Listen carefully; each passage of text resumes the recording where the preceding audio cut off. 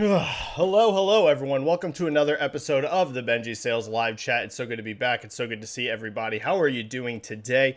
I apologize that the stream is about 10 minutes late. My stupid workout went long, so apologies.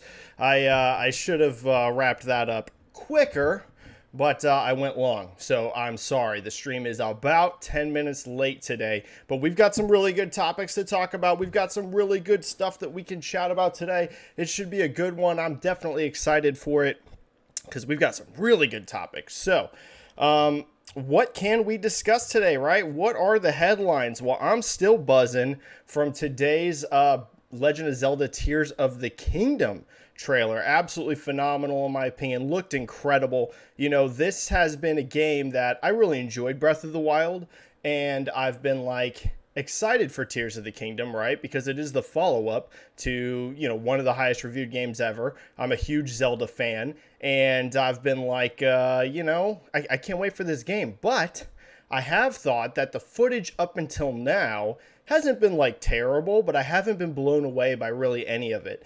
You know, we only had really brief snippets up until the recent gameplay premiere. If you looked at like previous trailers, they were all really short. They would run for like maybe a minute, and then there wouldn't be a whole lot of footage in there. And then they did the gameplay reveal, and whenever they did that, it was like, again, it was good, but it wasn't like one of those things that blew my hair back. Not that I actually have hair, so there's no hair to be blown back anyways. But it didn't blow me away, if you know what I'm saying.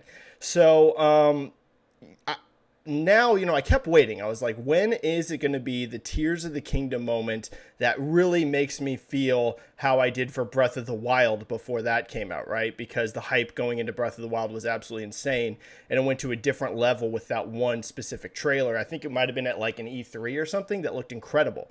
And I kept waiting for that moment, and it just kept not happening. Well, today was that moment. Wow, they released the trailer today. It was simply incredible, in my opinion. It's on par with that Breath of the Wild trailer. I don't know if it was better, but it was absolutely on par with it. Looks incredible, so we can talk about that if you guys want. We can talk about, is this a Game of the Year contender? Is this getting your hype up? Is this, you know, going to set records, etc., etc. So that's one major topic we can discuss. Another, you know, there's a couple other really big ones, actually. Redfall has a huge controversy going on right now, and that is due to its frame rate. So this was just announced yesterday, and it's blowing up everywhere on social media.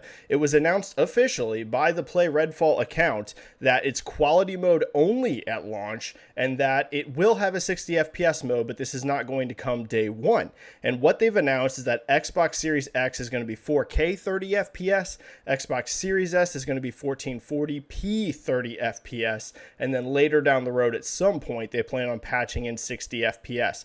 This has caused massive controversy, absolutely massive controversy, and we can talk about that if you guys want. Is frame rate important? Is this going to impact sales, or, you know, people playing it through Game Pass? Is this Microsoft's fault? Is this Arcane's fault?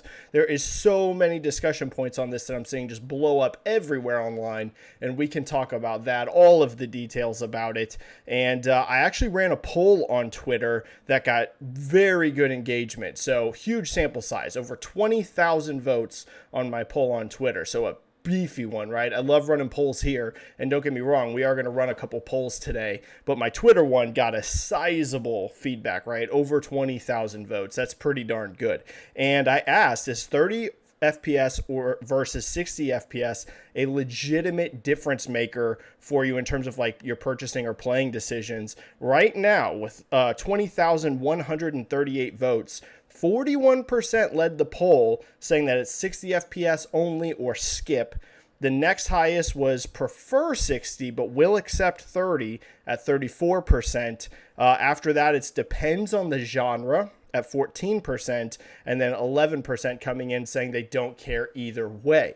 Now, of course, my followers are going to be a lot more hardcore than your average gamer, but it is nice getting a nice sample size there, and you can see that 60 FPS to a lot of people is very important. Now, it is under half of people that it's 60 FPS or bust, And like I said, my followers are going to definitely lean a lot more hardcore than the average audience, but still pretty interesting poll.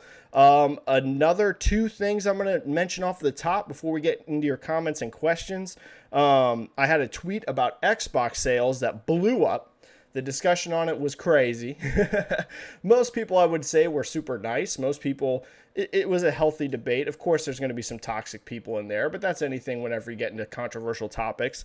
And I had talked about how Xbox sales in recent months have not been that strong.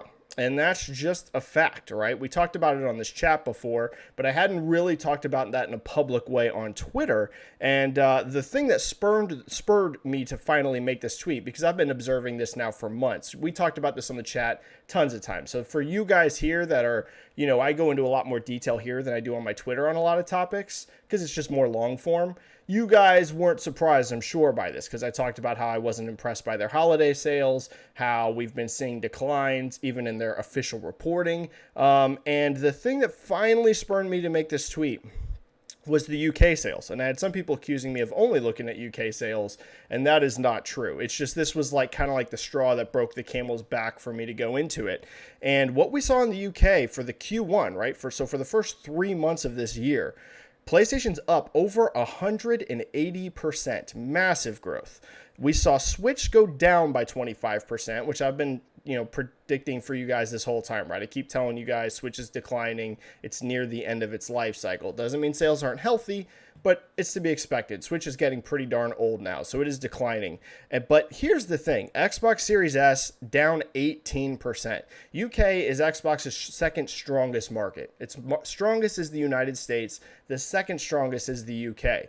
And to see Xbox already declining by pretty big percentages, right? We're at almost 20% here in their second strongest market this early in the cycle, and you're comparing it to a previous year that had heavy supply constraints. And this is a scenario that we're seeing all over the place. In the United States right now, I'm not going to leak NPD numbers here to you guys because I don't do that, but it looks like right now Xbox is being outsold by 2-1 in the United States monthly. Now, this isn't the total, and this is another thing I cleared up on my tweet because I had some people being like, Benji, you're a liar. Xbox Series was the best-selling, fastest-selling Xboxes ever. It's doing incredible. This is all true, right? Xbox had incredible momentum coming out of 2021. I was super bullish on them. This is more of a recent phenomenon, right? This is something that we've been seeing over the last, I'd say, about 6 months or so, that we're starting to see just it not performing really where it should be at this point in the cycle. And like I said, in the US is Xbox's strongest market. Not total sales, but monthly sales right now. It is a 2-1 gap between Xbox and PlayStation. This is not great, right? So we can talk about that if you guys want. What is causing it? Can Xbox turn this around? I've said repeatedly, I think they can. So Xbox fans really shouldn't be freaking out on me over this because I think it's fixable, but it is a definite issue currently. So we can talk about that if you guys want. And of course, the last topic before we get to your comments and questions, we got a note on Mario's performance. Mario has had the biggest opening ever for an animated film worldwide, over $370 million for its opening. It has passed Frozen 2 for the biggest opening ever. Legs are already looking incredible, and I am bullish enough to say that $1 billion is now locked at the box office. It's on a $1 billion run. So there's a whole bunch of discussion about that as well. We can go into what does it mean for Nintendo, what does it mean for the future of video game IP in movies and series, and tons of stuff. So guys, if this is your first time ever as part of my live chat, the way it works, it's a stream, it's a show, it's 100% driven by you. Your comments, your questions, you just drop them down into chat, and we talk about the latest news in the video game industry. There's going to be two ways to do that. First of all, of course, there is the free method. You type a question, whatever you want, and I get to as many free questions as I possibly can. If you want to guarantee that I get to your question, well, guys, now there's two ways to do that. The first way, of course, is a super chat. You type a donation of whatever you want, it alerts me, and I get to super chats immediately. However, there is a new thing. You guys can become members, and I'm already seeing memberships pop up in here. Thank you guys so much. And membership, what it's going to do for you, it lets you get the badge, so everyone can see you're a member. And the main benefit for you in terms of these live chats is I'm going to make sure to get to as many member questions as possible even if they are not super chats. So super chats, of course, are going to always get immediate priority when they drop, but every once in a while during the chat, I'll take a break from the free questions and scroll through the chat because I can see everyone who's a member, and I'm going to hit as many of those member questions as I possibly can. So if you're not someone that can drop super chats, you know, every chat or whatever, but you still want to try and get some questions in, membership is going to be the best way for you to do that. It's $4.99 a month, and like I said, I'm going to scroll through and hit as many members as possible. So thank you everyone who's already become a member to the channel so far, and let's get going, guys. Let's get rocking. We're going to stream for over an hour today. Really quick, let me shout out the new members in the chat because we have had several new members join. David Taylor has become a member. Thank you so much, David Taylor.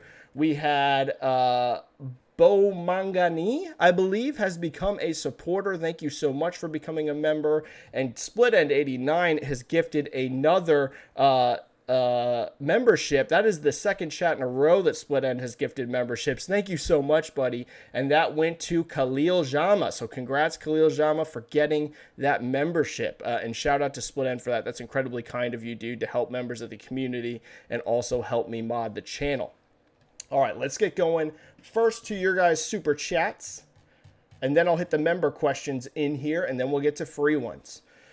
MD is dropping a 5 super chat. Thank you so much, MD. I super appreciate it. Great to see you, buddy. Saying, sorry I've missed some chats lately, Benji. Just wanted to pop in and remind you that you are a world-class analyst. Keep it up. Well, MD, thank you so much. That is very kind of you, buddy. You always have the nicest comments in here. You are incredible, man. No problem at all for missing some chats. I try to tell people all the time, I super love you guys being in here live. I love the engagement. But if you guys can miss chats, if you miss super chats, if you can't become a member, this is a no pressure situation, guys. I just like interacting with you. So thanks so much, dude. Don't sweat missing chats. No problem at all. And thank you for the kind words. I always like to say I don't consider myself the best analyst guy or whatever, but I do love sales. I love talking about them and discussing them. So I appreciate it so much, buddy.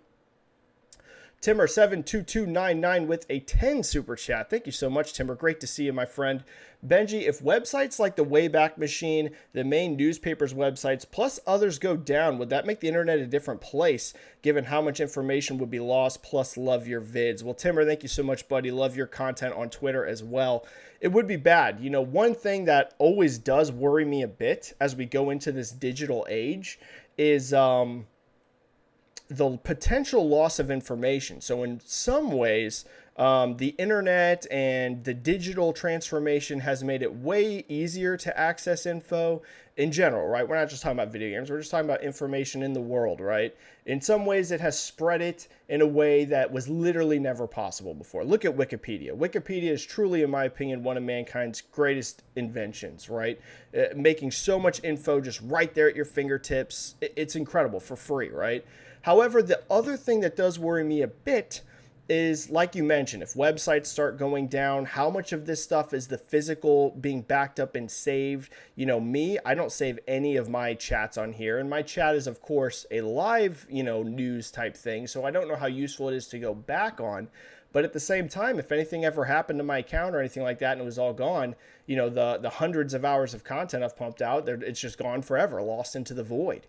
And there's a ton of stuff like that now, I feel like. So, Timmer, it is a bit of a risk. The digital transformation is a bit of a two-pronged thing. On one hand, it's making information just way more readily accessible. On the other hand, I am a little worried how much of this stuff is being saved, like backed up in non-digital ways on physical media, right? We're seeing so much physical media decline and disappear across the board, whether it's newspapers, magazines, movies, TV shows, whatever. If anything starts to happen to any of this sort of infrastructure, it's a risk, right? So it is interesting. Hopefully all this stuff just keeps getting backed up in many, many great ways. But yeah, it is a bit of a worry. I would agree for sure, Timmer. I think we had another new member hit. Yes, Hip Hopkins, thank you for becoming a member. Appreciate that so much, man. Thank you so much for joining the membership. We have another super chat in here. Edgar Smith dropping a super chat. I'm not 100% sure on the currency, but thank you so much, Edgar Smith. Glad to see you, Benji. My best wishes to you and your family. Hyped for Game of the Year, Final Fantasy 16. Yeah, we're going to get another amazing showcase here soon, right? What a day it is for us gamers. We had Zelda off of the top with an absolutely incredible trailer, and now we have the state of play for Final Fantasy 16 later today, which I also agree, Edgar Smith, as of now, to me, looks like a Game of the Year contender. I really do think it looks like it. So we'll have to see. Game's not out yet. We got to get our hands on it. We got to play it, but everything I'm seeing right now, yeah, it looks like a contender. So pretty incredible day for new reveals, and thank you so much, Edgar, for that. We got Carlos Alvarado here with a 199 super chat. Will Redfall's performance affect the Metacritic / Game Pass debut? Okay, let's start getting into Redfall. And this is actually going to do my first poll here, guys. So let's start the first poll. So get ready. We got poll number 1 coming in. And I'm going to ask you a bit of a different question than I asked on Twitter, because like I said, I already got a really big poll on Twitter that already got a lot of engagement. It already had over 20,000 votes, right? My poll here clearly is not going to do 20,000 votes, so we don't need to run that one here. But that was more of a generic question I asked on Twitter. Here, I'm going to ask you specifically, does the 30 FPS affect your excitement for Redfall? Okay. I'm going to give you guys a couple options. We'll just say yes, we'll wait for 60 FPS patch.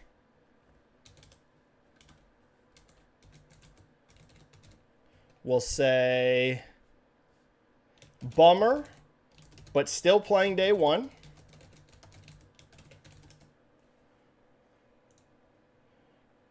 We'll have don't care about frame rate.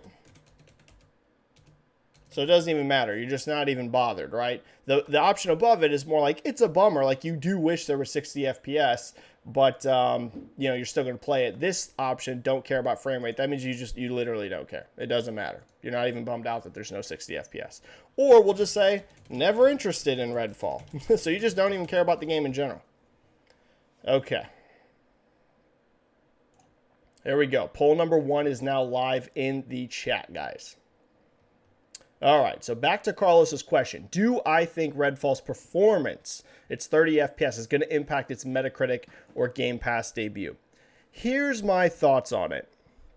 So I am one of those people that in general prefer 60 FPS, but to me, it's not the end of the world if a game is not 60 FPS, except for in really specific scenarios, right? Competitive games, I have to have 60 FPS. It's a mandatory, right? If you're talking Call of Duty, if you're talking Overwatch, if you're talking fighting games, if you're talking even multiplayer racing games, like, and again, this is just my opinion. I'm not talking about you guys. I'm just saying for me, those games, like, gotta be 60 FPS, but if it's something like, let's say, The Last of Us or an Uncharted or something like that, I actually don't really care if a game's 30 FPS as long as the visuals are great. In more like cinematic or narrative games, again, if given the option, like let's say there's a great 60 FPS mode, I'll choose the 60 FPS mode. Like The Last of Us Part 1, the PS5 remake, I played, it has a 30 mode or 60, and I played through it on the 60 FPS mode. But if it would have shifted with an only 30 FPS mode, I'll be honest, I wouldn't have really cared that much. I would have still played the game at 30 FPS and been fine with it, because that is a lot more cinematic narrative type game. So I'm not one of those people that falls into 60 FPS or bust. Now, Redfall specifically, this is a first-person shooter, and people have become very much used to 60 FPS on shooters. There are very few shooters nowadays, even on console, that are not shipping at 60 FPS or even higher, right? This is a genre that has become associated with high frame rate. So I actually kind of get why the backlash on this one is so heavy, because it is a shooter. And shooters, let's just be honest, they do feel way better at 60. So does a cinematic game. But I think people are more forgiving of that. Like, let's just say theoretically, Naughty Dog's next game comes out and it's 30 FPS only at launch. Not the multiplayer game, their next single player project. Is there going to be some backlash? Absolutely, right? There's going to be some. But I don't think it would be as severe as something like a first-person shooter, where it's like, hey, we are like extremely used to 60. There, like I said, there's hardly any shooters now not shipping at 60. You could say the same for Hellblade, right? I don't think Xbox fans will be as upset. You're going to see backlash no matter what this gen to games that don't ship at 60. I've got bad news for you guys. There's a lot coming that aren't 60. I'll just say that right now. So you got to get used to it, like in terms of like the complaining, because you guys are going to be doing a lot of it. There's a lot of games that are going to be shipping at 30. I'm pretty sure that Starfield, by the way, is 30 FPS only as well. And you're going to see a lot of that. A lot of it, especially once Unreal Engine 5 games start coming. So on one hand, you know, I think the overall backlash to 30 is a little extreme. But again, on Redfall specifically, I actually kind of don't, because it is a shooter and it is multiplayer, right? It's co-op, it's not competitive, but it is a multiplayer shooter. So I get it. Will it affect its Metacritic or Game Pass? That's the real question, right? I responded to Gene Park on Twitter, and I had mentioned how there isn't a whole lot of data anywhere you can look at that says that frame rate has a big impact on sales and like engagement and performance or whatever in most games outside of competitive. And I had some people being like, you know, that's not true. And it's like, it is. If you look at many of the best-selling games of all time on consoles, they were 30 FPS for decades, right? Tons of them. If you look at tons of those huge Bethesda RPGs, they weren't 60. If you look at The Last of Us, it wasn't 60. If you look at, you know, I could go down the list, tons and tons and tons and tons of games. It hasn't really impacted their sales. Something like Call of Duty, we need to make a big exception for. Competitive games do feel way better at 60, and it is far more important there. But I'm just saying, like, the big single-player stuff, there's just not much data you can point to where 60 FPS versus 30 FPS affected sales. Now, I'm not telling you guys that things aren't changing, right? Things can always change. So people could just be getting more and more used to 60 FPS, and they're going to demand it much, much more. But historical precedent, there's not a whole lot of evidence that impacts sales. Now, here's the thing. I think Game Pass specifically is going to impact Redfall sales way more than the frame rate. And what I mean by that is Xbox is being cannibalized heavily by Game Pass nowadays. It's just a fact. You've even had Microsoft come out and say it. And I told you guys, I've been seeing this since Gears 5. Now, it doesn't mean that there's not games that still sell well while being on Game Pass. Look at the Forza Horizon titles. Those still put up very strong sales while being on the service. However, even Forza is being cannibalized by it. That's just the reality. I'm not saying every game that hits Game Pass is, but I think Xbox first party specifically is getting heavy cannibalization. So Redfall just being on Game Pass day one, that is going to impact its sales potential far more than the frame rate. However, could frame rate impact its actual performance in general? I'm going to say actually a bit, and usually I say no, but I actually think the fact that they already confirmed that there's a 60 FPS patch coming later, I think some people are going to hold off at launch and play this later. In fact, I've actually decided I'm going to now as well, and I'm not someone that traditionally really cares about frame rate compared to some people, but considering it's launching right next to Star Wars and right next to Zelda, I'm like, I'm going to focus on those two games actually, and then just wait until Redfall gets the 60 FPS patch. So here's what I will predict for you, Carlos. Redfall still gets very good engagement on Game Pass. I predict for you that this will hit definitely top 5 on most popular on Game Pass, maybe even into that top 3 slot. I still think it hits a lot of engagement on Game Pass, but I do think that actually in this specific case, it will impact it a little bit, because I think that tweet went viral enough. Thousands and thousands and thousands and thousands of people have seen it. Let me look. What was the last view number? I have the tweet saved. Dude, on just Twitter, this thing had 10.4 million views. So it's not like this went under the radar. A lot of people saw it. So yeah, I actually do think it'll affect engagement some. I think some people are going to wait for that 60 FPS patch. Yes, I do think so. Metacritic, I don't know. That's a great question. I have no idea on that because I'm not a reviewer. We have Ladays coming in here with a 5 super chat. Hey, Benji, did you check out Immortals of Avium trailer? Looks pretty good. I think EA deserves some credit for being the strongest Western third-party publisher. I actually did not get a chance to because I was lifting weights right before this chat, and I lifted weights for an hour, and that came out while I was lifting weights. So I actually have not gotten a chance to see it, so I haven't covered it on my Twitter or anything because I was literally lifting weights. I have seen some like stuff posted. I have seen like some screenshots and stuff as I was scrolling through Twitter right before the chat. Haven't gotten a chance to watch the full trailer. However, I will agree with you, Ladays. I think people really do need to give EA some massive props for how much they're supporting single player. Like, again, you don't have to like all of EA's games. Not at all, right? I don't tell anyone that you must like this. You could hate every game EA makes. But I will say, I really do think people need to give EA credit. We've got Dead Space Remake, which is single player only, which has already come out this year. We've got Star Wars Jedi Survivor, which is right around the corner. That's single player only this year. We've got this game, this Immortals of Avium, which is published by them, which as far as I understand is a single player only first person shooter.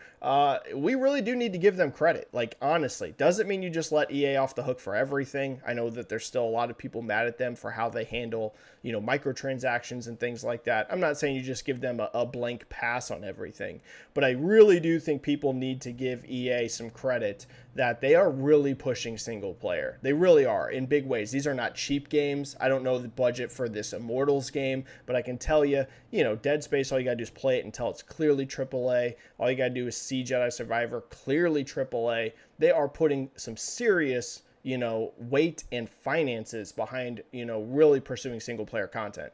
So if you are a fan of single player, I do think you need to give EA some recognition for that because they really are doing it. So that is definitely awesome, and I agree with you on that, Ladays. I do agree there, for sure. EA might be putting out the most single player content right now out of the Western third parties. You know, Ubisoft is like, I mean, they're barely even touching single player now, right? It's all free to play. It's all games as a service. Not that there's not some. They've got Avatar coming up, which is, as far as I understand, is single player focused. You know, they do have some, but we've seen Ubisoft just do so much free to play and multiplayer. You've got Activision, who's barely doing single player stuff. It's primarily multiplayer, you know, and Capcom's Japanese. Take-Two does definitely some single player. Definitely Take-Two as well. But yeah, EA is right up there for the most single player content from a third-party Western publisher. All right, super chats are cleared. Let me hit your guys' membership questions. And thanks for over 100 in chat.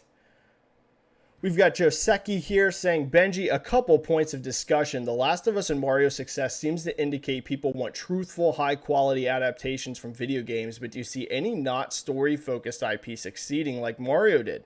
Second question, do you see a Mario movie effect yet on Switch sales in the US? The 1-2 combo, Mario movie plus Zelda, could give Switch a pretty nice spring, in my opinion.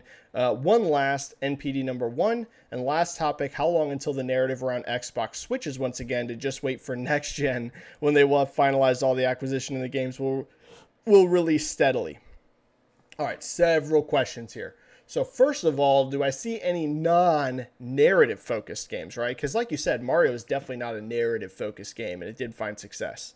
I've mentioned I think a Fortnite movie could be big. Again, that's going to sound hilarious to probably most of the people here on chat, because it is to me. Like, I don't know if I would want to see a Fortnite movie, but there is a massive young audience that plays Fortnite. Fortnite skews way younger than probably my average chat member, right? So I could see a Fortnite movie being successful, to be honest. I'm not telling you it's going to be as big as Mario or something like that, but Fortnite does have its own universe, its own characters. That is a game that is not super narrative focused that I think maybe could pull it off. Other games that aren't narrative focused.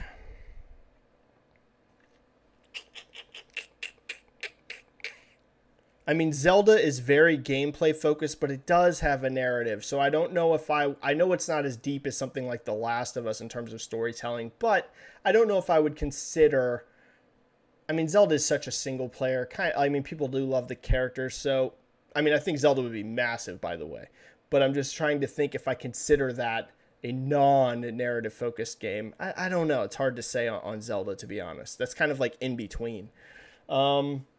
So I would say the main one that sticks out immediately is Fortnite. I think they could find success with that. It'd have to be good. I mean, a Fortnite movie wouldn't be easy to make, but, it's possible. Now, the second question, do I see a Mario movie effect yet on Switch sales in the US? I'll be honest, I have not. I have not seen that. What I have seen, though, is I have seen a boost in Mario game sales. So I'm not expecting Switch to be number one in NPD in April. Could it? It definitely was not in March. Could it in April? I'm honestly still going to say no, Joseki. I'm honestly still going to say no. Even as big as the movie is, Switch is just so saturated. That's the problem they're running into. It's not that people don't love Nintendo or are interested, but like Switch has sold so many consoles. That is literally the problem Nintendo's running into. It's just a saturation issue. So I will say, will there be maybe a bump on Switch hardware? Maybe, but I'll be pretty surprised if they're number one in NPD. I'm still fully expecting it to be PlayStation 5 in April. But games, I think you might see a boost on game sales because I have seen a bit of that. I don't know if it's going to be a crazy boost, but I have definitely seen some Mario impact on the games. And then the last topic, the Xbox topic, is really fascinating.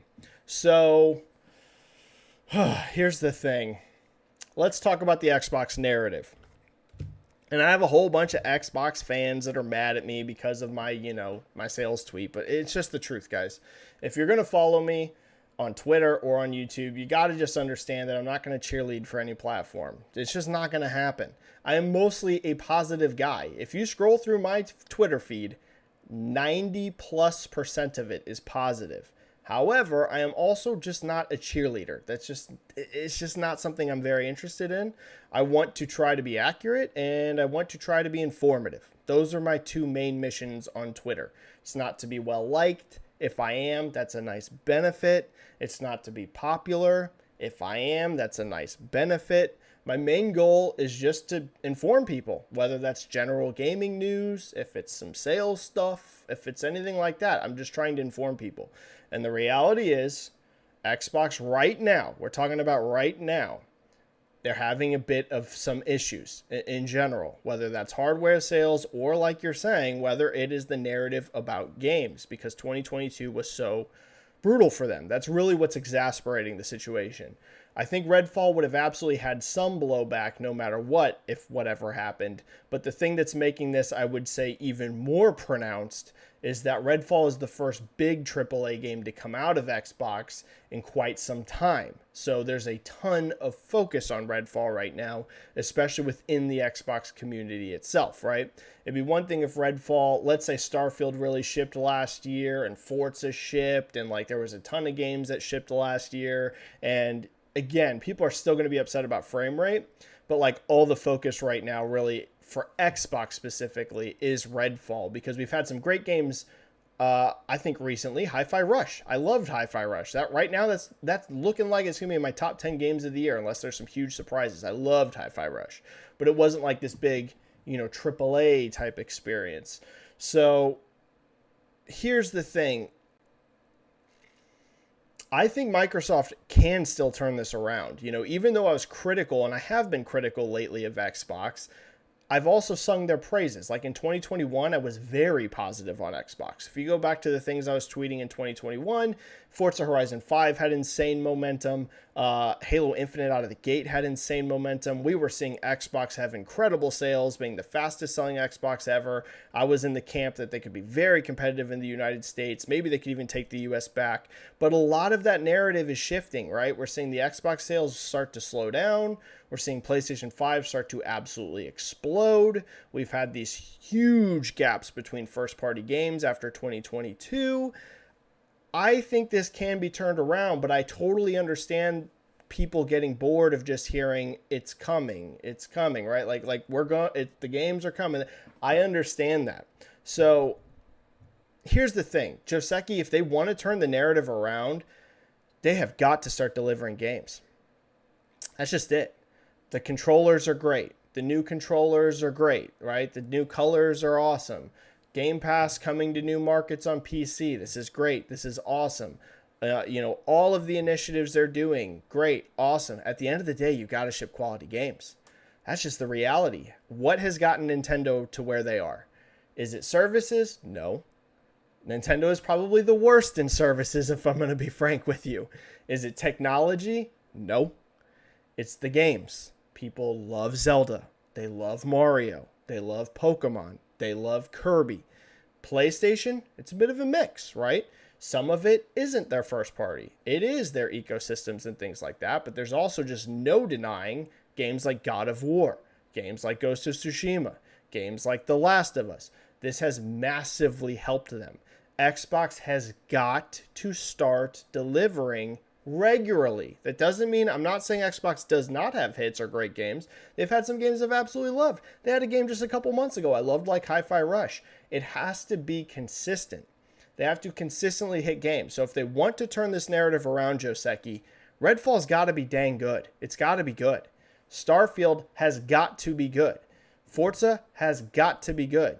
Fable has got to be good. Like they have to start doing this. These games have to start releasing.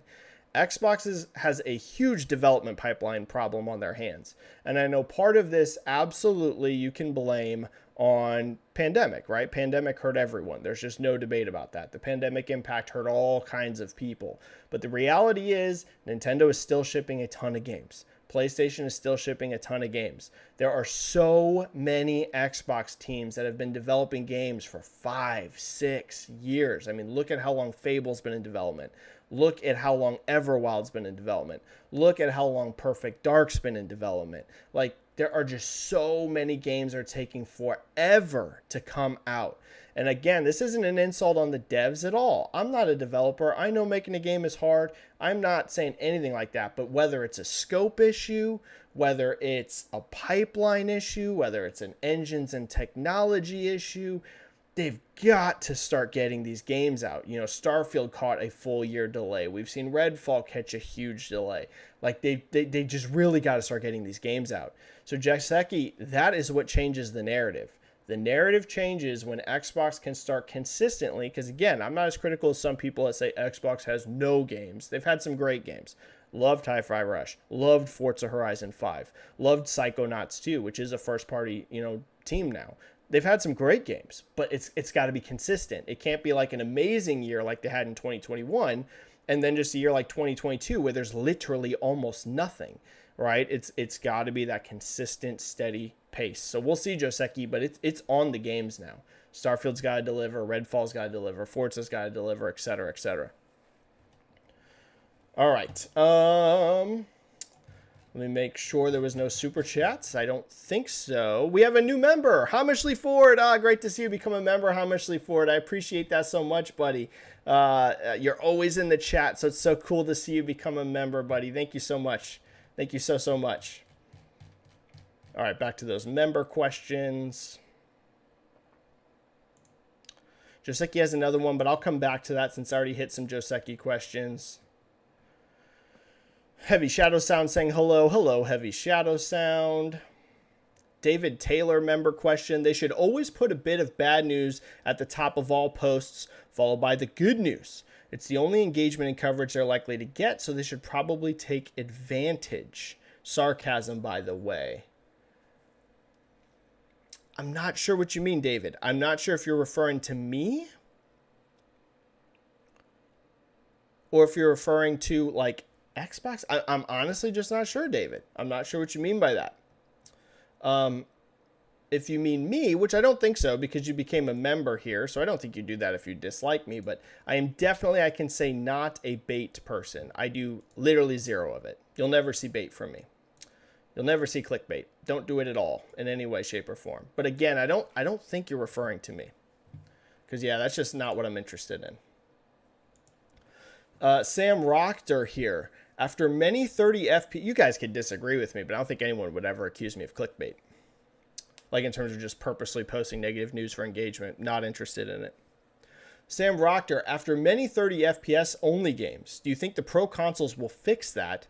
Or do you think no matter what, how good the specs of these consoles are, the devs will ultimately choose between frame rate or resolution? Yeah, like I said, like 30 FPS games are coming, guys. We've already seen them. If you're already seeing 30 FPS this early in the gen, can you imagine what things are going to look like in a couple years when Unreal Engine 5 games start shipping? And again, there's definitely going to be 60 FPS Unreal Engine 5 games. I had one person point out to me, they're like, look at Tekken 8, you're lying about Unreal Engine 5 games. Tekken 8 uses almost no new Unreal Engine 5 features. Digital Foundry has talked about that. There's no Lumen, there's no Nanite, none of it. Like, Tekken 8 is basically on Unreal Engine 5, but it's essentially not using the tool set. If you guys want truly cutting edge, insane Unreal Engine 5 games that have path tracing and lumen lighting and global illumination and nanite, and like, you're going to hit some 30 FPS only games. Do you guys think the next Witcher game is going to be 60 on console? That seems like a stretch to me. It's a giant open world game on Unreal Engine 5? I'm doubting it, guys. You think Starfield's going to be 60? I'd love to see Starfield be 60, but I'm really doubtful on that. So here's the thing. Can pro consoles fix that? And I'd love to be wrong, right? I'd love for these all to have 60 FPS modes. Here's my stance. Are you going to see more 60 FPS this generation than last gen? I think absolutely. I do think that. I think 60 FPS will be way more common than it was last gen. But this idea that these consoles are just magically high-end PCs, I don't understand where this is coming from. They aren't. They are consoles. They will always have limitations. This has been true of every gen. As PC starts to outpace console, and as new engines come and new technology, it becomes harder and harder and harder to get high frame rate. That doesn't mean that people can't push for 60 FPS. You guys can do whatever you want. If you want to push for 60, I think that is completely fine, completely within your right. But you have to also understand, like, the very few next-gen only games we've seen, have you noticed a trend? Plague Tale Requiem, next-gen only, 30? I think some of these have been patched later with 40 modes, but Gotham Knights, 30. Redfall, 30. Like, and that's games that are barely really pushing these systems, not without new engines and stuff. So this is going to be a discussion this whole gen, because there's going to be a lot of 30 FPS only games. It's just the reality. It's just the truth of it. So will pro consoles specifically fix that, though? It could help, but I personally don't think the main advantage of the pro consoles is going to be CPU related. So it would depend on why the game is 30. If the game is 30 because of CPU issues, then I would say probably not, because I think the main things that they are going to do for the pro consoles is around ray tracing technology. That's my guess. And again, I don't know this, but my guess is that the main selling point is going to be really improved ray tracing, because the consoles right now can do ray tracing, but they are so far behind PC in that regard. It's a giant gap. There's not a giant gap with PC right now in terms of other effects like restoration or things like that. Of course, PC can be improved, like textures and all that. But the main gap where you see like really huge gaps is ray tracing performance. The consoles are just nowhere near what a high-end PC can do right now in ray tracing.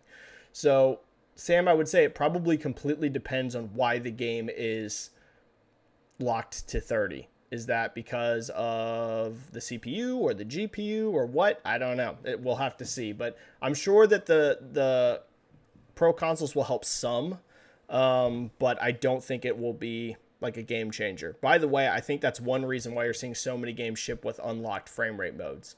You're seeing a lot of people be like, because probably some devs are already aware, they're probably already future-proofing some games, because if you have an unlocked one, once the pro console ship, if it's just unlocked and that has more power, then boom, you get better performance. So I think that's also one reason why you're seeing a lot of unlocked frame rate modes in these games, because they're future-proofing them for pro consoles. So you'll probably see some games that benefit, but again, I'll be surprised if when these pro consoles come out, they're like, the CPU is like 2 times more powerful. That would surprise me. I don't think CPU will be the part specifically that sees huge jumps, but I could be wrong.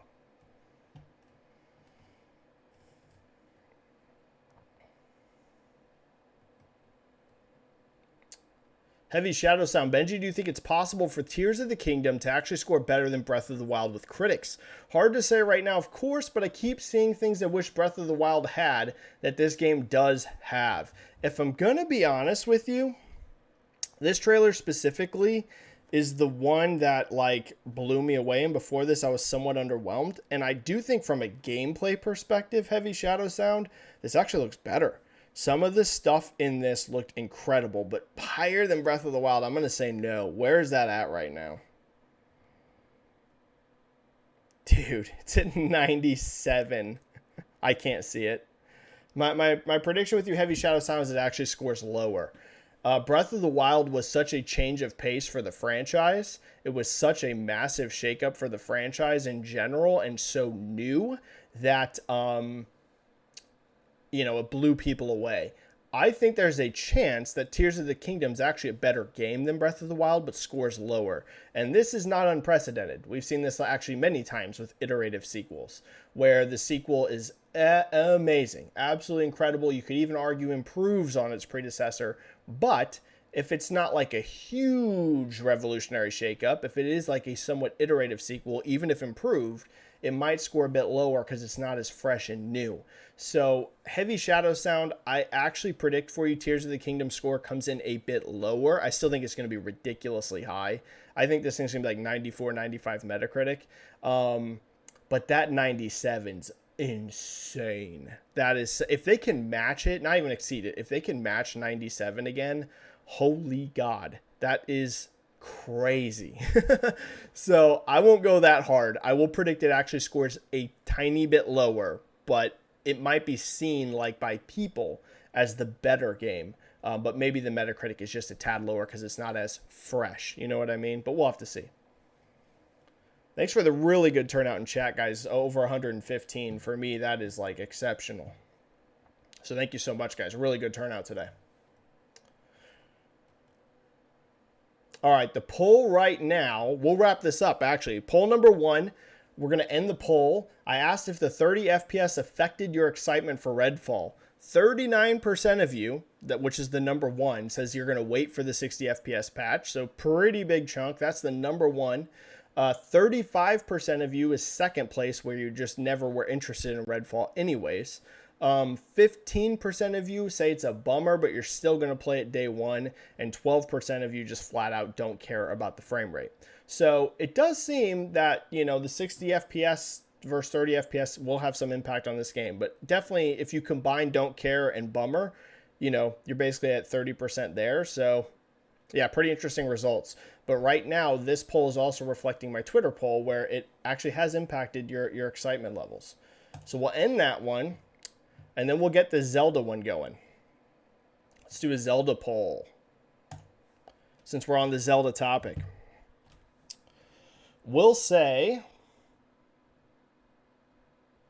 what will Tears of the Kingdom Metacritic be?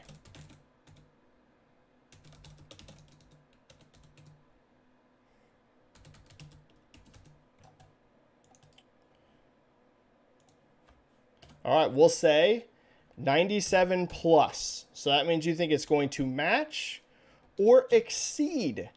Match or exceed Breath of the Wild's. Then we'll say that like 90, we'll say 93 to 96. Right below Breath of the Wild. Still insane, but right below. Then we'll say 90 to 92, so barely clearing over that 90 meta. Or we'll just say under 90. You think it'll be below it? You think it's going to be 80s or lower? Right now I'm going for that 93 to 96 range, but I'm curious what you guys think. Okay. Back to the questions. Oh, we had a super chat. We have Highlander coming in with a 5 super chat. Great to see you, Highlander. Hey, Benji, hope you're doing great. Ubisoft Plus shadow dropped on Xbox. Do you see high subscription numbers from Xbox? I do not see many joining. I agree. The price is just too crazy. Isn't it like $18 per month? For Ubisoft games, you can usually get Ubisoft games like very cheap. Right? You know what I'm saying? Like Ubisoft games regularly go on sale for less than $20. So I actually agree, Highlander. I actually don't see this being a big deal. I would say if it was rolled in as part of your Game Pass subscription, I think it could be potentially a pretty big deal. But as its own standalone, I mean, that price for a Ubisoft, and again, I don't like to bully and hate on people. I have been public in saying I think Ubisoft's headed in a bad direction right now, but they have made some games I really love in the past. But yeah, it's $18 a month for Ubisoft titles, which regularly go on sale for very cheap. And many of the games that are on this, by the way, listen, Assassin's Creed Valhalla, Far Cry 6, Watch Dogs Legion, The Division, Ghost Recon Breakpoint, Riders Republic, like some of these are great games. I actually think Assassin's Creed Valhalla is awesome. I really enjoyed Far Cry 6. But these are games that have been out for a while. They've already sold millions of copies, and they can be found for very cheap. So it's like, I don't know, I'm not going to subscribe to it, and I'm someone that like has several subscriptions, right? I subscribe to PS Now or PS Plus or whatever it is. The higher tier, I subscribe to Game Pass. I have all kinds of video streaming subscriptions, but I personally do not see the value in this for that price.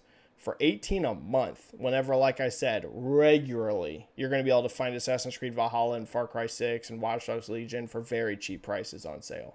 So I'm with you, Highlander. It's cool. It's an option. Great. Always want to see more options for people. But I am in agreement with you that I don't see many people joining it. No.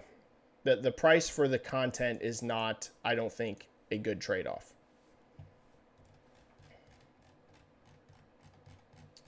So we are in agreement. All right. Going to hit a few more member questions. Then I'm going to start diving into your guys' free questions that aren't members, because I want to make sure I hit some of those too.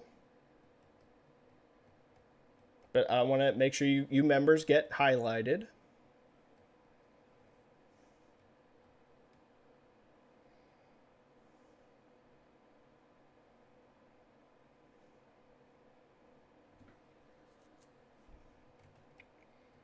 Where's a member that I haven't answered a question for?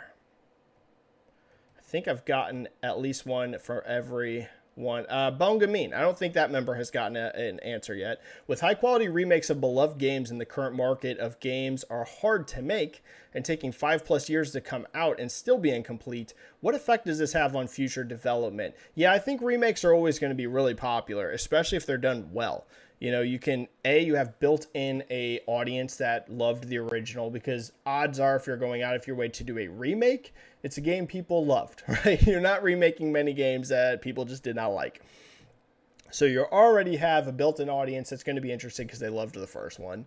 And then B, you're going to be able to drum up interest in new people that never played the original, that are, maybe it's an older title, and, some people go back and play old games, but it's also the reality a lot of people don't. So you're going to be exposing a whole new audience that has heard for years, like let's say in the case of Dead Space, or in the case of Metroid Prime Remastered, which was pretty close to a remake, to be honest. You've heard for years and years. I'm a prime example of Metroid Prime Remastered. I'd played Dead Space, but I'd never played Metroid Prime. And I'd heard for so long how great it was, and that was a day one buy for me, because I'm like, dude, people have been raving about this game. I got to experience it myself. So you're hitting that double audience. I think remakes will continue to just be very, very popular to make. I don't want to see a situation where everyone's just focused on remakes. Of course, you always want to see new content, but I'm also not one of these people that's against remakes. I think they're very good for the industry, very important for the industry in many ways, and I think you'll see a lot of them. Yeah, it's just throwing money away to not do it, but the quality's got to be good. We don't want to see cheap cash-ins. Right? No one wants to see that. We want to see like what a Resident Evil 4 remake is, or a Dead Space remake, or Metroid Prime Remastered. They could have called that thing remake, honestly, because if you look at the old Metroid Prime and compare it to Remastered, it's pretty close. It might not be considered a full remake, but it's pretty close. So yeah, I think you'll continue to see a lot of them.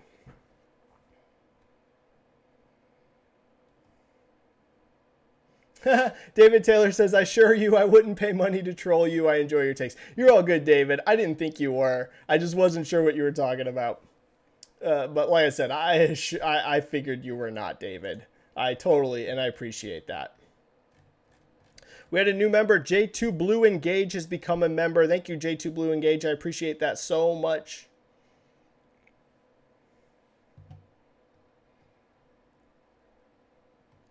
Okay, I have hit, I think every member has gotten a question answered. So yes, every member that has asked has gotten a question answered. So let's start hitting some of your guys' free questions, the non-members and non-super chats. Exiza, hey Benji, did you saw the new Cyberpunk 2077 path tracing update? And do you think we will get this on the PS5 Pro? Exiza, I wouldn't say that we'll see something as intense as like what the Overdrive update is, because that does look mind-blowing, Exiza. I don't know if you guys have seen this, but it's like fully path traced now, I believe. It's like fully. I think all light sources, or pretty close to all light sources, are ray traced. Which is basically like the most advanced ray tracing you can get, is where you're doing everything. You're doing the shadows, you're doing every light source. Maybe there's a few not path traced, but I think it's pretty much everything. I don't think even a pro will be as able to do that, because this is even like difficult for a 4090. Like even 4090s are not having an easy time, and that is like so much more powerful than a PS5. So I don't think you'll see something as advanced as the full-on Overdrive. But I do think there's a really real chance that Cyberpunk will get some like improved ray tracing, because the ray tracing on console right now is very limited. It wasn't even at the Psycho setting, I think is what the one before Overdrive was called. I think it was Psycho, and then now the new one's Overdrive. Maybe you can get something close to Psycho on the PS5 Pro, like the previous high-end ray tracing. I don't even know if that's going to be possible, by the way. We will completely have to see what the Pro is. So maybe you could get close, not quite Psycho, but something close to Psycho, but I'd be shocked if they could get the Overdrive, because like I said, that's not even easy for a 4090. So right now, I think we should just be hoping for maybe close to Psycho settings. But I do, like I said, I do think that'll be the main pull. I think the main pull of the pros are going to be ray tracing. Cameron Swear, my God, the Zelda team did it again. That trailer's legendary. Wanted to follow up on the Mario movie. Is this something you are tracking on a daily basis? What are you looking for going forward? So Cameron, I agree with you on the Zelda trailer. Absolutely phenomenal. You guys know I talk about on here, I like all consoles. I don't try to console war, but I have been public. Like, Switch is my least favorite of the three. That doesn't mean that I dislike Switch. It's actually one of my favorite Nintendo consoles. I'm just not as hardcore of a Nintendo guy as I am an Xbox or PlayStation guy. I just find I'm more interested in those platforms than Nintendo. But I still like Nintendo. And even for me, someone who's not like just a hardcore Nintendo person, dude, that trailer was phenomenal. It was incredible. Incredible trailer. And that is the overwhelming opinion online. Of course, you're always going to have some people that say it looks bad. That's anything. It could be the second coming of anything, the most incredible thing you've ever laid your eyes on, and you'd have people say it looks like trash, if anything. But I would say like 95% of opinions of people online are like, wow, that was an amazing trailer. Even if they don't like Zelda, they're like, wow, that trailer at least was incredible. So I completely agree. Amazing trailer. And yeah, I'm tracking Mario every day. This thing did, I think, 20 million on Monday. And then yesterday, I think it did 15. Or on Tuesday, I mean. I'm pretty sure Monday was 20, and I think that it was 15 yesterday. I could be slightly off on that, but it's pretty darn close. Yeah, it's still putting up ridiculous weekdays, and this is just domestic, not global. Right now, what I'm tracking is really that second weekend drop. The weekdays are extremely encouraging for legs. It's putting up monstrous weekdays domestic. The thing I'm really keeping an eye on, though, is that second weekend drop. It needs, in my opinion, Cameron, to be 50% or under to be a good second week hold, which will be tough because that first weekend is so giant. But I think if this is over 60, I don't think that's the end of the world because the opening is so big, but I do think that would be one of those things that it's like, it should have held better. So it needs to be in the 50s or under. Now, again, that could be 55%. I don't mean it literally needs to be 50 or 49 or 48. It needs to be 50s or lower. If it's an over 60% drop, that wouldn't be the end of the world. Really, over 70s is where you're like, what the F, right? If you get a 70% or higher second weekend drop, that is like abysmal. 60s is actually not that abnormal for blockbusters, and this opened to like a blockbuster, but it's also a family movie, which usually hold better. So that's the thing, Cameron. I want to see a 50s hold or lower. That's what I want to see for its second weekend. Which I know it was a holiday weekend, so that impacts things too. We'll see. Like I said, 50s or under, and that's great. That means it's very, very good. Mihir Basur. Hi, Benji. Been a while. Have you read Clobrile's short Twitter thread on the general treatment of console users by Xbox? It's not just about Redfall 30 FPS, and Jez also just posted an article about it. Yeah, I do think Xbox is running a bit of a risk right now on making Xbox look more like a PC thing than a console thing. Now, that doesn't mean that I think they're fully there, but that's basically, Clobrile's bringing that up, and so are Jez. And here's the thing. People need to realize, again, these consoles are not high-end PCs. For consoles, they're extremely strong, but they're not high-end PCs. The reality is a high-end PC is going to always outperform a console. That's just the truth. If you have a 4090 in there, and you've got incredible CPU, and you've got a ton of RAM, it is literally not possible for a Series X to match that. It's just not. So console players do need to be aware, if you're an Xbox console player, the PC is just going to always outperform it. Again, unless it's like some sort of disaster port, which we have seen. But I'm saying as long as it's a decent PC port, it's going to there's just no way to match that. However, I do think that it's starting to become an issue to where it's like you're seeing them also publish PC only games. Age of Empires was that for a while. Gears Tactics was that for a while. There's that upcoming game coming up that's I can't remember, it's some sort of strategy game that's PC only for a while. And I do think that the console players are a little worried about this. I think bringing Age of Empires to console was a great move. That always to me was even if Age of Empires isn't the biggest franchise in the world, I don't think Xbox should be publishing games on PC that they cannot bring to console. Period. None. That should not be a thing. To me, if I was at Xbox, it'd be a mandate. If we're going to publish something on PC, it's got to go to console. There's no debate. Because you are Xbox and you sell an Xbox console, you should not ever have your console players be unable, because not everyone has a gaming PC. That's just the reality. So that should never be a thing. So I'm very glad to see that they brought Gears Tactics, of course, came to console. Age of Empires came to console. Good. Very, very good. You should never be publishing a game on your PC platform that you cannot bring to console, if you are the publisher. So that is good to see. I think that they just need to deliver games. A lot of this stuff's going to go away if they just start pumping out quality games. Right now, that's the focus because there's not a whole lot to talk about around Xbox outside of the drama. There's not a whole lot. So they just need to bring the games. That's it. If the games come and the games are quality, a lot of this narrative goes away. A lot of it. Not all of it, right? You still see Nintendo fans complain about stuff about Nintendo. You still see PlayStation fans complain about stuff like PlayStation. People will always complain. But the thing that's making this all way worse is after the 2022 they had. I think there was a few super chats that hit. Let me hit those super chats.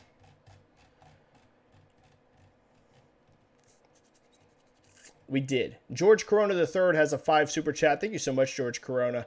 Any thoughts / predictions for the upcoming Sony Summer Showcase? Spidey 2 or Silent Hill 2 peak? Media Molecule, Bend, Housemarque, Sucker Punch. I think they're going to go all out. I really think this is going to be a massive showcase that they haven't had for a long time.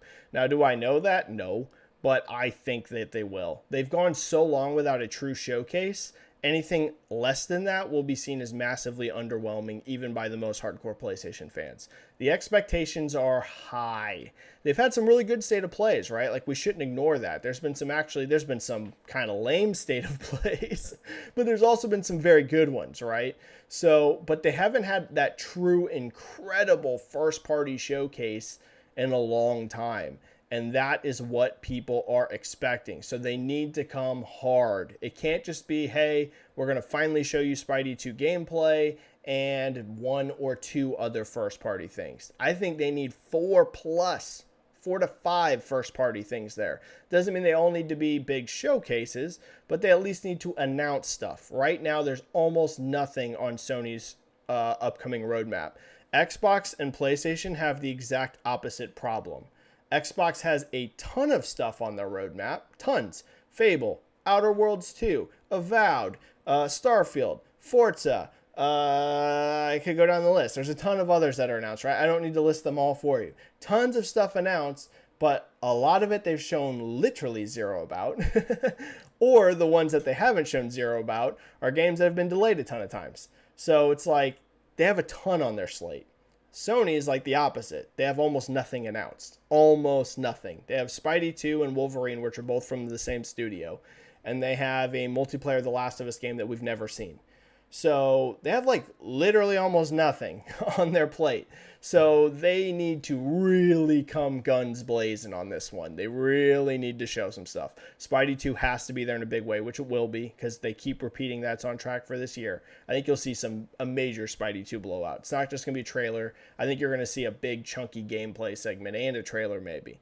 Silent Hill 2 more than likely is there, yeah, because it's an exclusive. Media Molecule is a big question mark for me. I have literally no idea what that studio is doing. I've talked about in this chat that you want to talk about a studio that desperately needs a hit, it's Media Molecule. They haven't published a game that's been successful since Little Big Planet 2. And what year was that? What year was Little Big Planet 2? This isn't an exaggeration. They haven't had a successful game that they've developed themselves since Little Big Planet 2.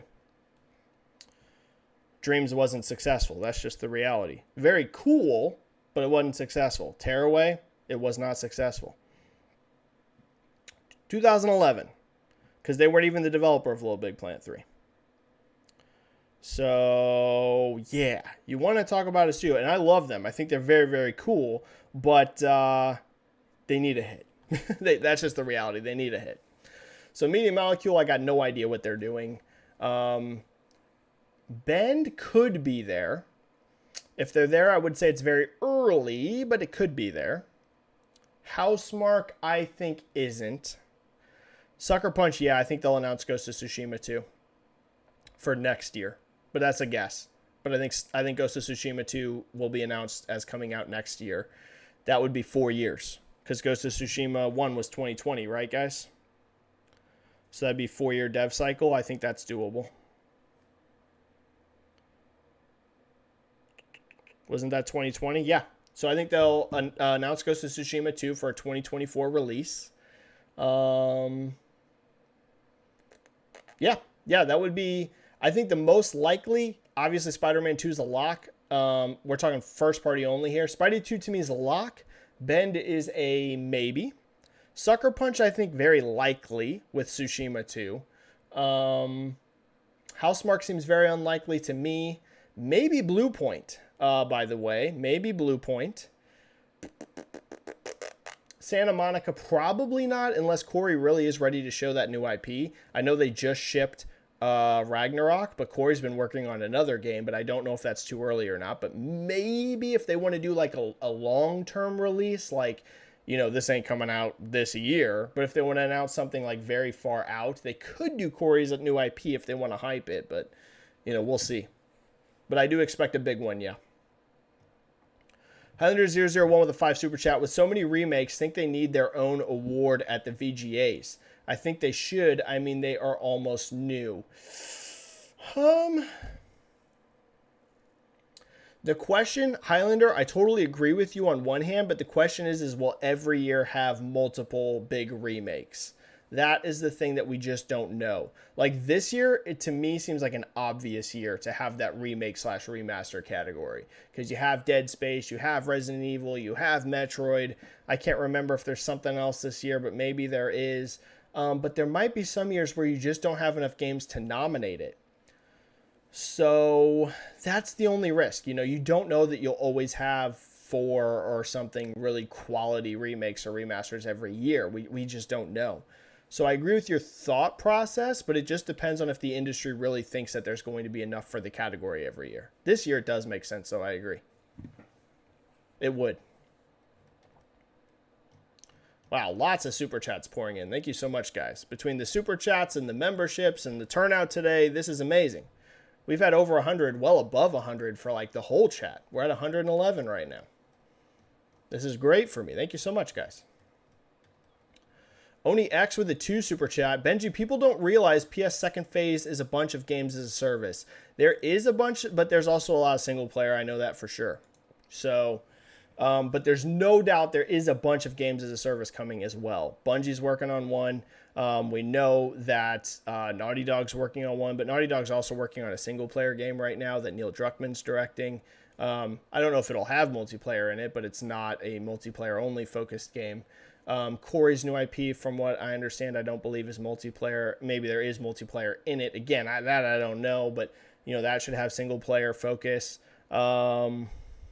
Deviation though is a games as a service. Haven is a games as a service. So you're not wrong, OniX, at all. Like there's a lot of games as a service coming from Sony, but they are not abandoning single player by any means. There's a lot of single player coming too. Real Radic says, man, I loved Tearaway. I completely agree, dude. I love Media Molecule. I think they're a great studio, but man, they just have not had a hit in forever. I think that Media Molecule's next game needs to be very creative, but somewhat safe. And what I mean by safe is not like, guys, we don't want just bland, right? We want Media Molecule to be creative and amazing. But what I mean is maybe they need to do a more traditional style game that is still very creative on top of that, because like, it's a studio that it's hard to justify the budget and the staff. How many employees does Media Molecule have? Isn't it like over 100? I mean, they've got to get a hit, man. They have to get a hit. They don't necessarily need a gigabanger, but they just need a game to be successful. Oh, they're smaller than I thought. Well, you know what? Then it's less a big a deal. I thought they were over 100. Well, I'm getting different things. When I Google it, you know, you can never tell with this stuff. You look at Google and the first thing that pops up is 50. But then you look at some other sites and they're saying 150. And now I'm seeing another one saying 170. And another one saying fewer than 100. So who knows, right? Who knows? I thought they were over 100. But here's what I'll say. If they're truly over 100 people like I think they are, they got to have a hit. That's not a cheap studio. Now, it's not something like, you know, 343 was, where they have like 500 people. But it's also not indie. Like, they need a hit. But I agree. I loved Tearaway. I thought Tearaway was a great game. Anthony Oakley with the $9.99 super chat. The next 3 months of gaming is about to be massive. It is. It's about to pop the freak off. Jedi Survivor, Tears of the Kingdom, Street Fighter 6, Diablo 4, Final Fantasy 16, Redfall, Summer Game Fest. Phase 2 of Next Gen Gaming is here. Anthony Oakley, I love the positivity because you are not wrong. We are about to go into full-on overdrive. I think that the opening of this year has already been great. We've already had some really great games come out. But, dude, it's about to go crazy. Every game you just listed, besides maybe Redfall, we need to see how Redfall does. But Jedi Survivor is tracking massive. Tears of the Kingdom is tracking massive. Street Fighter 6 for a fighting game is tracking massive. Again, for a fighting game, tracking huge. Diablo 4 is tracking ridiculous. And Final Fantasy 16, I think, is going to be huge in the West. The Japanese performance, we need to be a little cautious on. But I actually haven't seen this much interest from the West on a new Final Fantasy in quite some time, to be honest. I feel like in the West, the interest is actually higher than 15's was. Which I know sounds crazy, but like 15 had a lot of hype, but people seem very hyped for 16.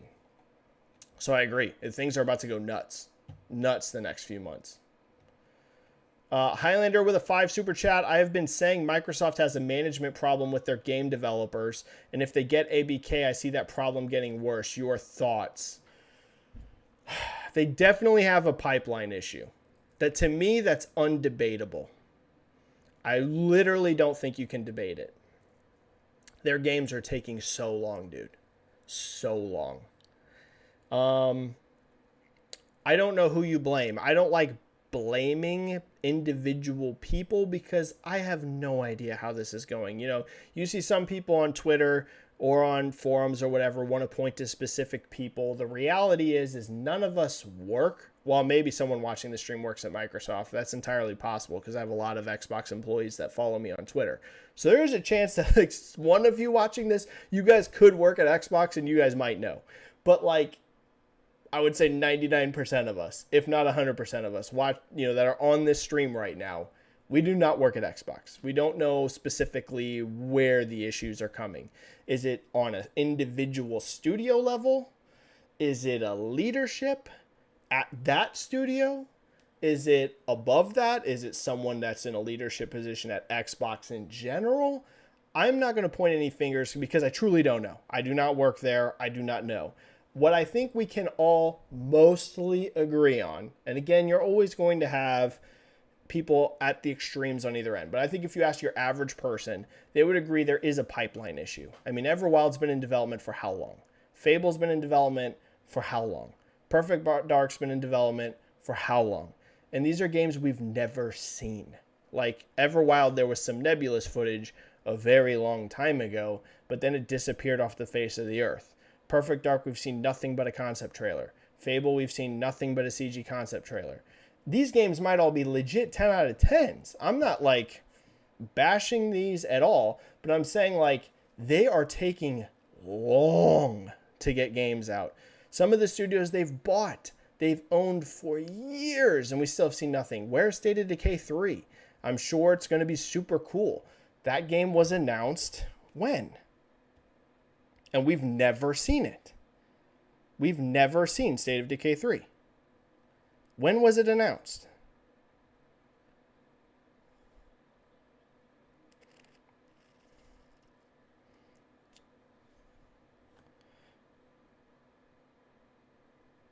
It was announced in 2020. It's been 3 years. We've never seen the game. Like, this is a running issue. There are so many games that are announced and they disappear for 3 or 4 years. Like, with no updates. They're just gone. There is a pipeline issue. Like, they've got it. And again, I know for a fact that part of this is absolutely pandemic impact. So that's why I'm not going crazy.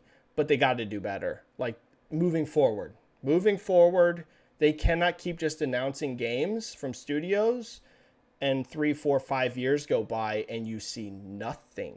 They just disappear into the ether. That can't happen. It just can't happen.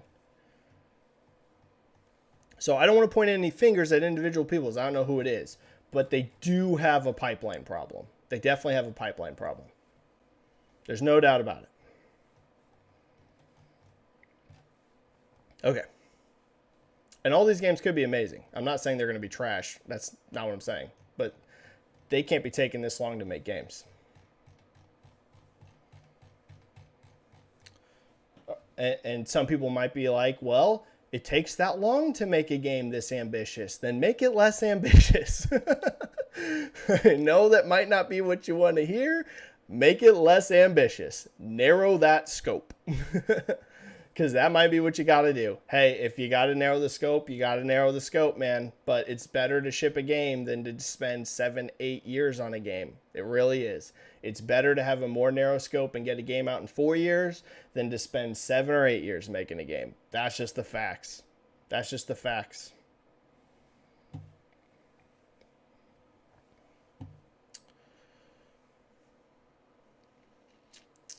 Real Radic, with PS and Nintendo focusing more on adaptations, does Microsoft have to step up in this regard? The Last of Us and Mario are exposing new people to their IP, and what can Microsoft do to match this? Well, they had a real opportunity with Halo. It's a bummer that the Halo show turned out the way it did because it actually set viewership records for Paramount Plus, and like big time. They even said, I think, that internationally it was like the biggest thing Paramount Plus has ever had. People forget, like, and not that Paramount Plus is Netflix in terms of subscribers, but the Halo show had a lot of interest. It's just the quality was not there. I was someone that was more positive on the Halo show, I would say, than most people, but even I had huge issues with it. Huge. There were some episodes I really liked. I've said this a bunch. I thought the Halo show, when it was focusing on Chief, being Chief, when it was focusing on Halsey and like the mystery of the Spartans and like, is the UNSC good or bad? Like, I actually really enjoyed those elements of it. However, I didn't mind Chief having his helmet off some, but maybe Chief doesn't need his helmet off like every scene but like 5. And maybe Chief, spoiler alert, shouldn't be banging prisoners of war. Hot take opinion. I feel like that is a big deviation from the Chief we know, that he's like, hey, here's a prisoner of war. Let's have sex.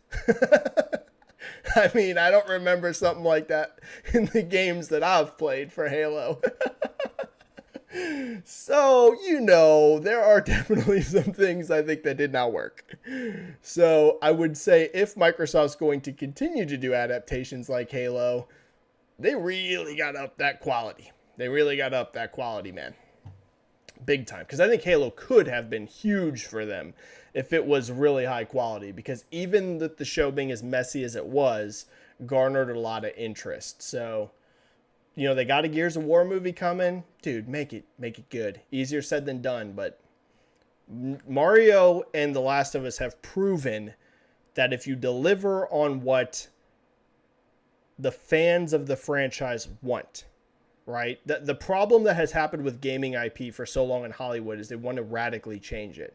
Now, of course, you have to adapt. The Last of Us isn't a one-to-one remake of the game. There's some stuff that's one-to-one, but they also added some stuff. But it always, in my opinion, felt faithful to the source material. Halo did not. And so many of these gaming IP have not. You really need to be faithful to what your source material is. You can adapt, but, you know. So that's what they'll have to do. Gears of War needs to be really good. Halo Season 2 needs to be really good. If they want to keep doing this stuff, you know what I mean? Player slot available. 60 FPS is a standard, but not just that. It is also about accessibility, frame rate, FOV, first person, third person perspective are things that exclude people if there are insufficient options. Yeah, that's not wrong. I think people do need to realize, though, I think games are getting better about adding more options, but again, they're just never going to be the same level as a PC. But they are getting better. I mean, it used to be there was like no games that would let you adjust FOV. Now it's becoming pretty common, right? Now you're seeing way more options and frame rates and resolution. So I think things are improving, but just be aware it will never be quite as extensive as it is on PC. Logan Hardy, Benji, PlayStation is banking hard on Horizon universe with so many different games in development on it. Do you think it's going to pay off for them? Zero Dawn sold 20 plus million, so that's why I love Horizon games dearly. Well, Logan, we're in the same boat. I literally love Horizon. I thought Zero Dawn was incredible, and I thought Forbidden West was incredible as well. I think those are two of the best games that come out of Sony first party ever. You know, not everyone's going to agree, but I am with you, Logan, on I love Horizon. Will it pay off? I think so. I don't think Horizon is going to be able to deliver God of War or Spider-Man levels or even The Last of Us. I could be wrong because I know Zero Dawn was huge, but like I feel like The Last of Us even had more cultural impact in many ways than Horizon did. I think it's a high-tier Sony exclusive. It's definitely above a lot of franchises at Sony. But I think we do also need to be prepared that it's probably not going to match like a God of War or Spider-Man for us. Like those are like the most elite tier. I think Horizon's one step below that. So definitely still worth pursuing. But, you know, we need to back off on expecting Horizon to be like the next God of War or the next Spider-Man, in my opinion. I think it's just one tier below that. Still above a lot of PlayStation IP, but not quite on that elite tier.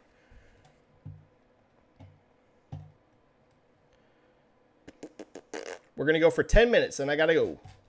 10 minutes, and I'm out. Any super chats? No.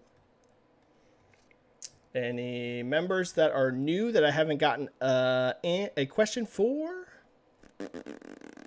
J2 Blue Engage, I still want to see my Avowed. Yeah, I know. They got to show that game soon. They got to show it soon.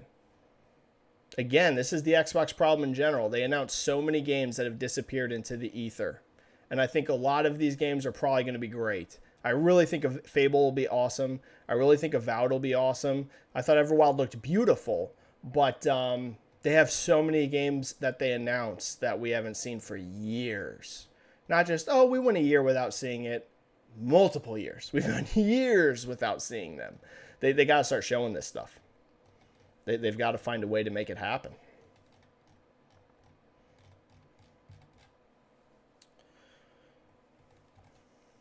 Marvel Fanatic. Hi, Marvel got Entertainment got absorbed into Disney. I think we talked about this on a previous chat. Do you think they will still be their own division? I actually don't have info on that, Marvel Fanatic. I apologize. I just don't have any info on it. Drift23, Benji, you didn't answer my question, so I will ask it again. Sorry, I do miss a lot of questions. Do you think it is possible that Activision and Capcom could partner, with Marvel to bring back old Marvel titles to modern Ooh, that's a great question. Because, yeah, Activision did have the publishing for a while, didn't they? I think they did. They were the ones doing Spider-Man games, weren't they? With Beanox or whatever. That's a great question, Drift23. Like HD remasters or something? It doesn't seem impossible to me, but I just don't know if they think there's enough business interest there. Great question. Like, it's honestly a great question, Drift23, but I don't know. I don't know if there would be enough financial interest there to make that happen, but it would be interesting to do like a collection. Like a collection of at 60 FPS and 4K of like maybe those Spider-Man games or something. It'd be an interesting idea, but I don't know. I don't know if there's interest in it or not. Casual Gamer, Benji Boy, do you think it is possible PlayStation have one more unannounced Marvel game besides Spider-Man 2 and Wolverine?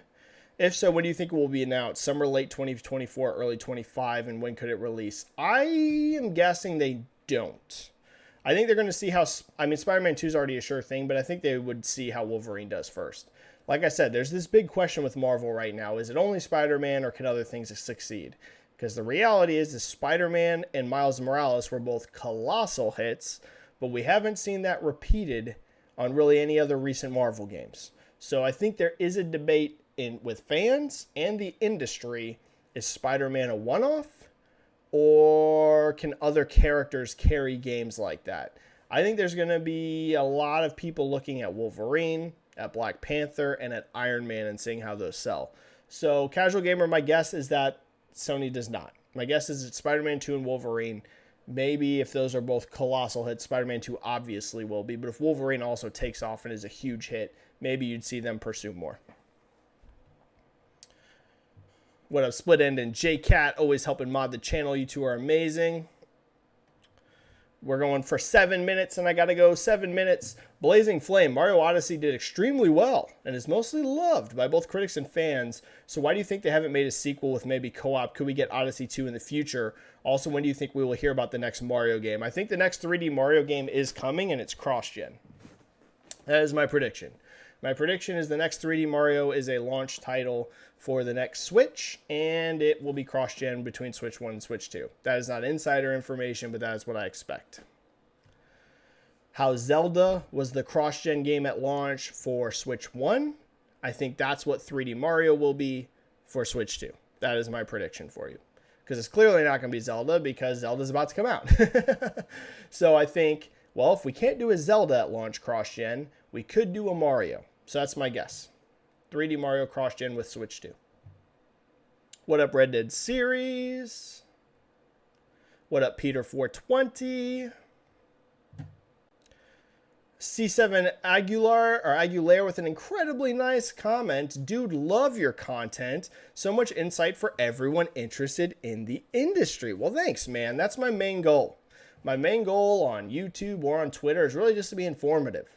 I am a guy that is somewhat addicted to learning. Sometimes not to my own benefit, because sometimes it makes me anxious because I'm learning about all kinds of like scary, terrible things sometimes. In terms of like health and science and space and, but I am addicted to learning things, and my goal is to try to help pass that along to people. I don't think I'm Mr. Brilliant or anything, but my goal on my content, some people's goal on their content is to be entertaining. Some people's goal is to be funny. Some people's goal is to be hot, right? They think they're super hot, so they're streaming on Twitch being a hottie. I am not a hottie. My goal, and some people will find that I'm not this, but others people will. My goal is just to inform people. My goal is to try to be informative. So I appreciate that.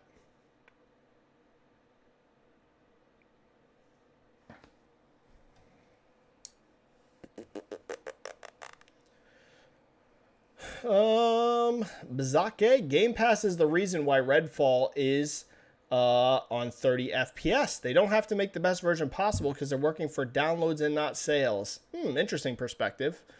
You guys want to know what my hunch is? I actually don't think it's Game Pass. I think it might be Series S. I hate to say it. I wonder if they could make this work at 60 on Series X, but they cannot hit 60 at launch on Series S, and it's being a bottleneck. I am of the opinion that they don't need to have things be the same, because isn't that the thing so far? So far, besides like changing some graphics options, isn't performance the exact same for first party and Series X and S? In other words, I don't believe, and I could be wrong. I'm not talking about third party. I don't believe there's a first party game right now that's 60 FPS on X and then 30 on S. Again, I do not know this, but I think so. I can't think off the top of my head of an example that isn't. So I wonder if that's a thing. I wonder if Microsoft's like, yo, it's got to be 60 on both, or at least have the option. I don't know. I'm not a dev. I don't got that insight, but I wonder. John Scott, Benji, how has the reception online been to the new Zelda trailer? Overwhelmingly positive. Do you think it'll sell better or worse than Breath of the Wild? I feel like Breath of the Wild's brand newness helped sales.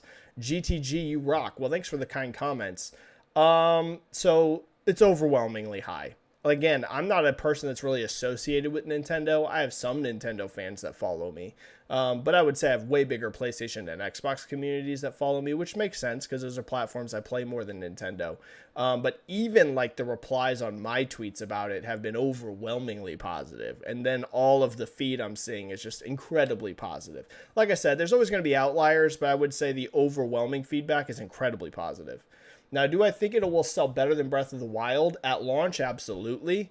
This is going to set records for the Zelda franchise for sure, and maybe even compete with Pokemon and Animal Crossing as biggest launches overall for Nintendo. We'll see. I'm not going to lock that in yet, but I think it can be competitive with them. The question's legs. Legs, it's going to come down to quality, John. But at launch, it will be bigger than Breath of the Wild, no doubt. Mostly Sunny. Hey, Benji, what sales numbers for Final Fantasy 16 in the first month and year would Square consider it a success? And below which they would be a disappointment? To me, it has to sell 5 million pretty quickly because that puts it at Final Fantasy 7 Remake sales. Final Fantasy 7 sold 5 million in how many months?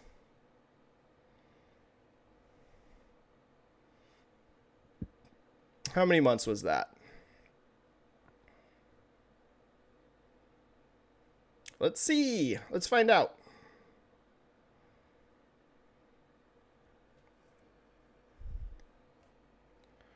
So they announced that in August.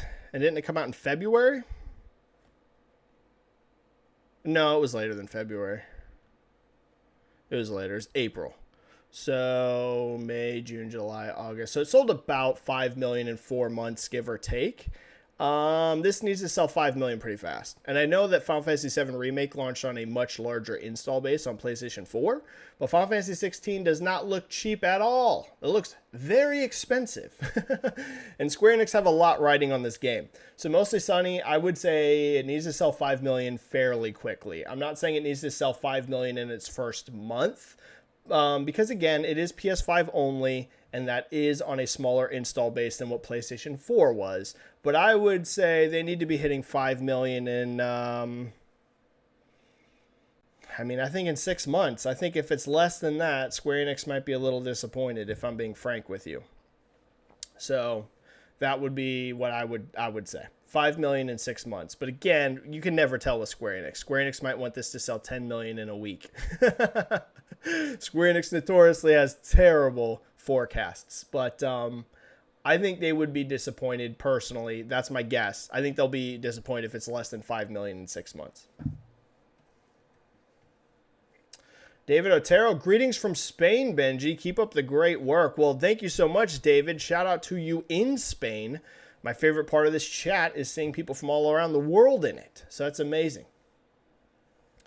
DangerMan1337, Xbox is in stock in the UK heavily, so any lackluster sales in the UK is not good. Yeah, I don't know how the Series X situation is in the UK. I can tell you that the Series X is still very supply constrained in the United States. Now, you know, it doesn't mean that you can't find them, but they're also not just like every day on store shelves. Series S, I would say, has really no shortages anymore. X is still an issue. But again, I'm not sure in the UK because I don't live there. But if it's true that there's like no stock issues and it's still declining by 18%, that makes me even more concerned. Silence PP7 is asking about the Ubisoft Plus. I already said what I think about that. I went a little bit longer than what I said I was going to, but I'm trying to get through a few more questions before I go because it's been a really fun, good chat. No new member questions that I haven't hit in terms of like, I think every member has gotten a question answered. That's my goal. If you're a member, even without a super chat, my goal is to get in every chat, every member, at least one question answered. So that's my goal. If you're a member, I will try. Sometimes it'll be more, but I want to always at least get one question answered for you every chat. Yoda Soda, hey Benji, we're in the prime age of remakes. Do you think Sonic Adventure 1 and 2 could get remakes if the new leaked Jet Set Radio does well? Could it motivate them? Not impossible, I'd say. Sonic Adventure are beloved, and Sonic Frontiers did amazing for Sega. So it feels like Sonic's on a comeback, you know, between the movies doing well, Sonic Frontiers being a huge hit for Sega. I would say that's not impossible, Yoda Soda, actually. I don't know if I say it's super likely, but, yeah, I would say not impossible. Peter Force 20 says, I'm in for Ubisoft Plus for Assassin's Creed Mirage. $18 instead of $50 day one for a monthly rental sounds great to me. Okay, I didn't realize it worked like that. If it's day one games, I would say I'm not as negative on it as I was before. I knew that was the case on PC, but I did not realize console would work the same. If that is how it works, that is pretty attractive. It seems like, I'll tell you, here's what I'll say, Peter 420. If it is working like that on console, I see Ubisoft Plus being successful in some ways, but a very high churn rate. So for anyone that doesn't know what churn means, churn is like a subscription where, like, let's say you subscribe to Netflix for a month or whatever while there's a new show on that you want to see. But then as soon as that show's over, you don't renew your subscription. So you're not subscribed to Netflix for like 6 months. You're subscribed to Netflix for like a month.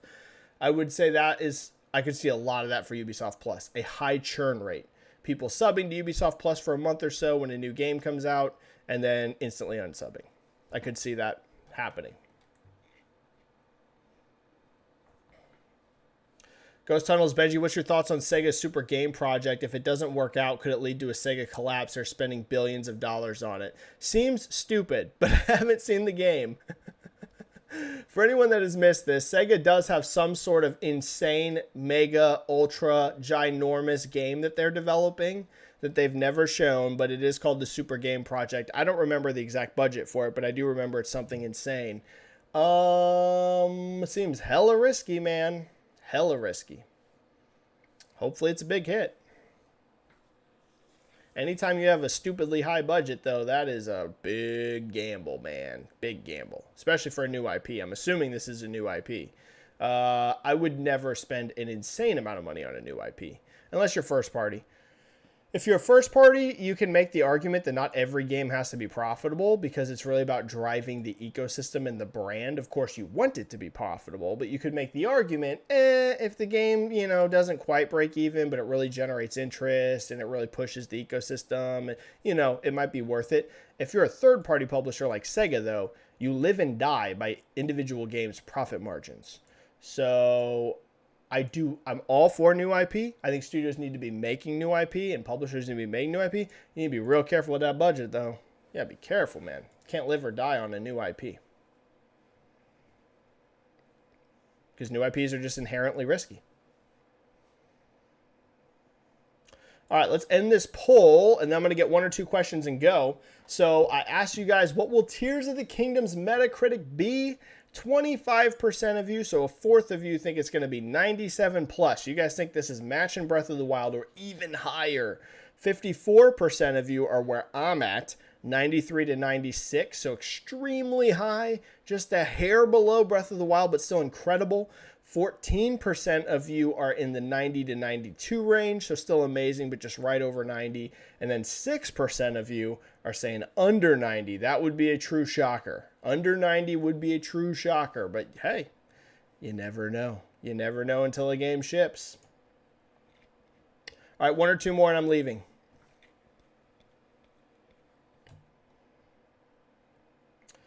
Peter420, Redfall will still rate in the low 80s because I'm expecting the reviews to be PC based. That's a good point. Probably will be mostly reviewed on PC. Low 80s is what I've been expecting for Redfall as well. For a while. I've been expecting like 82 to 84. We'll see though, but that's what I think. Tex thinks that Jim Ryan was right, that Game Pass degrades the quality of games. I don't quite agree with that. I think that it's not Game Pass that is affecting the game's quality or releases. I think it's a pipeline problem for Xbox in general. Ubi had goosebumps during the Tears of the Kingdom trailer, as did I. It was amazing.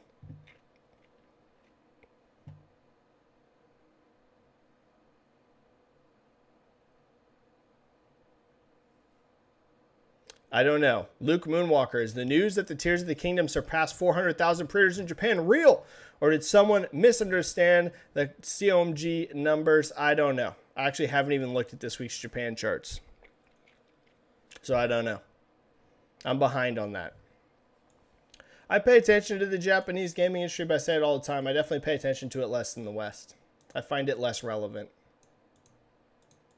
But it's still important. Japan's still a very important market. I just pay attention to it a lot less than some people do. Though Japan is very important for Nintendo. So you could say Nintendo is like the real exception there. For PlayStation and Xbox, it's kind of like whatever. Or even like third-party games. Japan's kind of like not that important. It's important. Before Japanese sales charts fans get mad at me, it is important. It ain't that important, though, compared to the West. However, Nintendo is definitely the exception. Nintendo is definitely the exception. So Tears of the Kingdom's performance in Japan is very important. I'm just not sure. I haven't looked at the chart yet. Or what people have been saying about it.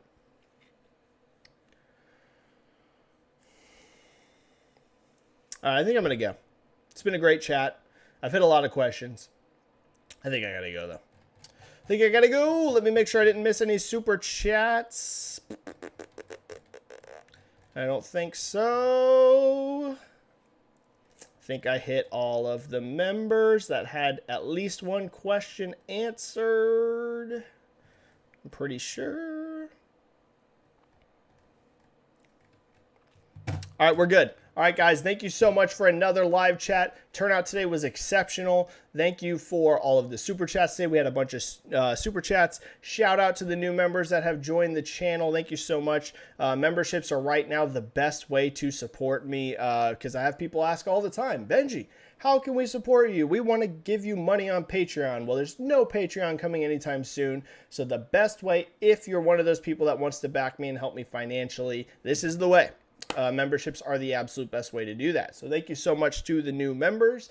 Thank you everyone for all of the questions today. It was a great chat. I really, really enjoyed it. I am going to the UFC. So I'm going to be in Kansas City coming up this weekend. So I am actually going to go watch some UFC fights live. Yeah, that's right. So I am going to be tweeting this weekend, of course, but if you see some gaps in me, a little less active at times, I leave tomorrow to go to Kansas City and watch some freaking UFC. You guys know I love UFC, so I'm very excited to watch some live fights. I haven't been to a live UFC card in a few years, so very excited for that. Going to watch Max Holloway and Arnold Allen scrap it out.